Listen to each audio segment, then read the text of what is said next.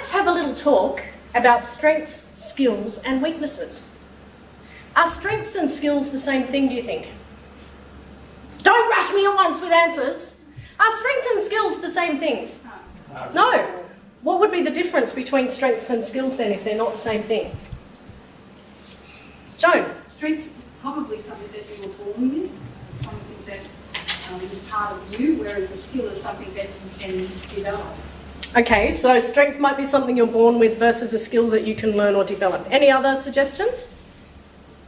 Martin? Strength might be associated with clumsiness, whereas skill is not. Okay. Any other thoughts? Clumsiness versus... A skill can be a strength. A skill can be a strength, but are all skills strengths? No. Why not, Sue? It can be negative. They It can. can be destructive. They can. Okay. Let me tell you my way of looking at strengths and skills when in the context of leverage. For me, there are lots of things that I can do that I hate. I hate doing. I hate with a passion.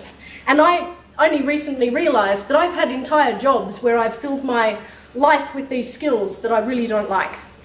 And I didn't understand until this year. I can be a slow learner, I tell you. People I worked with used to say, you're so organised, like your sock drawer must be, colour-coded and things, everything must be so organised and neat in your house. And I kept thinking, why on earth do they think I'm like that? It's because at work I was doing incredibly organised, process-driven, systems-related jobs. I hated them. It wasn't my natural state. I didn't enjoy it. They just served a purpose to get a job done. That organisation is a skill. I don't count it as a strength because it doesn't give me any energy, it drains me of energy.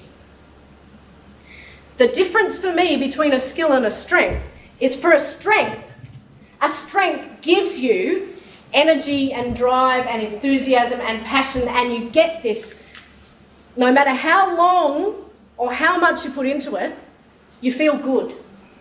A strength is the kind of thing that you can work on for 12 hours straight without realising that you've missed every meal and not stood up or done, not gone out and done anything. You've just been here doing this one thing. To me, that's a strength. A strength is something that gives you energy. A strength is something that motivates you. It may be a skill, and often it is a skill, but it is something that gives you a return. There are skills we have which don't fill us with energy, which I don't think of as strengths, I think of as skills. And just because you can do something doesn't mean that you should.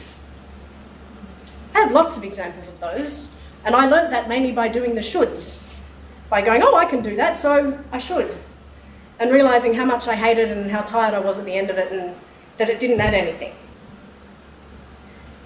Now I try to focus on things not only that I'm good at, but that I enjoy and give me something back.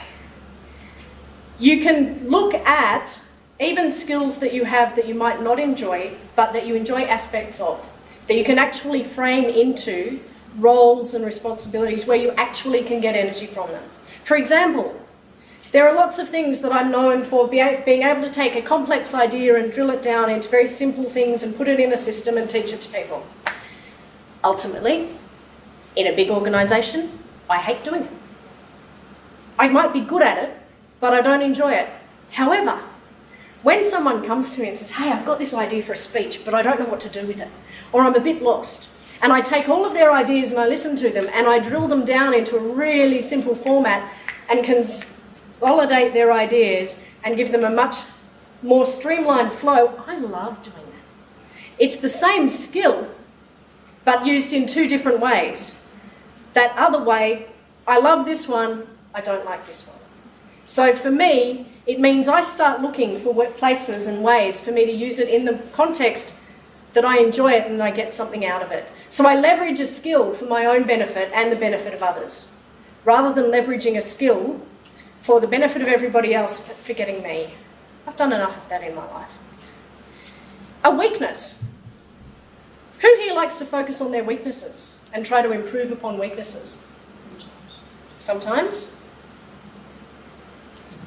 Couple of people? What kind of level of improvement do you get, do you think? Where do you go from? You know, really bad to okay, or really bad to really good, or really bad to, you know, just maybe a little bit bad? When you focus on weaknesses, it's a serious question. When you focus on weaknesses and trying to improve weaknesses, improve upon weaknesses, do you ever really turn them into a strength, or do you invest a lot of energy in going from to? For me, when I've focused on improving upon weaknesses, I've gone from really crap to just bad. I've never really gone to really good at. And most often it's also because not only is it not something that I'm naturally good at, it's also something that I really don't enjoy.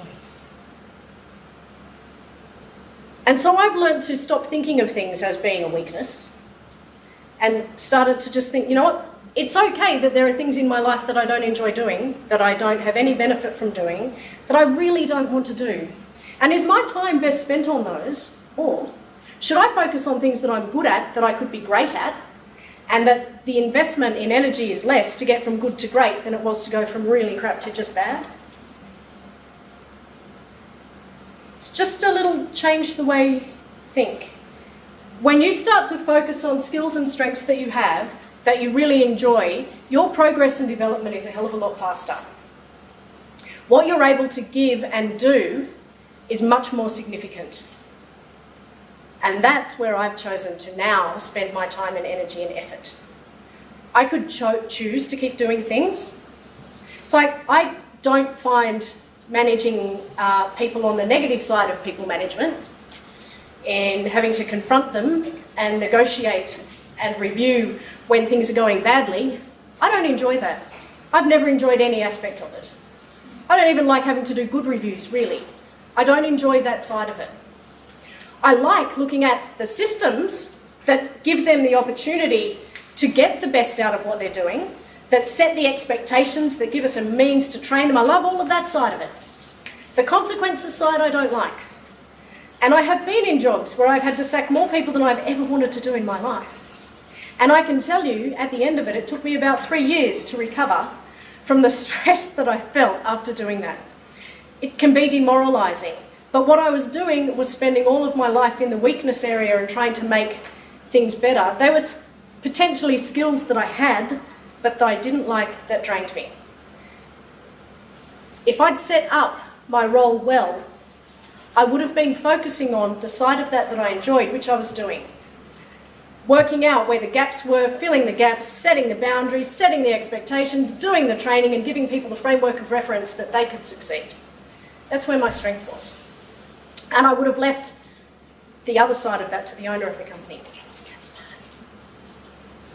In Toastmasters, it's a trap sometimes that we get into thinking that we have to improve upon weaknesses and that we have to spend all of this time working and putting our energy into things that we might perceive as weaknesses. I would like to suggest that in any organisation, in any role and as an individual, your best results and efforts will come from developing things that you have a natural strength in, that you have an interest in, that you have a passion for, that you have a drive to succeed at. And there's an obvious starting point for why we will get better results when we do that. You're motivated to get results. It takes a lot of energy to spend time doing things you hate doing and loathe doing, but you think that you should. I'd like to suggest that if we all focus on things that give us energy and that we can have great improvements in and help encourage other people to do the same, that we'll actually cumulatively get better results. That cumulatively we will leverage everybody's strengths for the benefit of the entire organisation, whether it's in work, whether it's at home, whether it's in Toastmasters.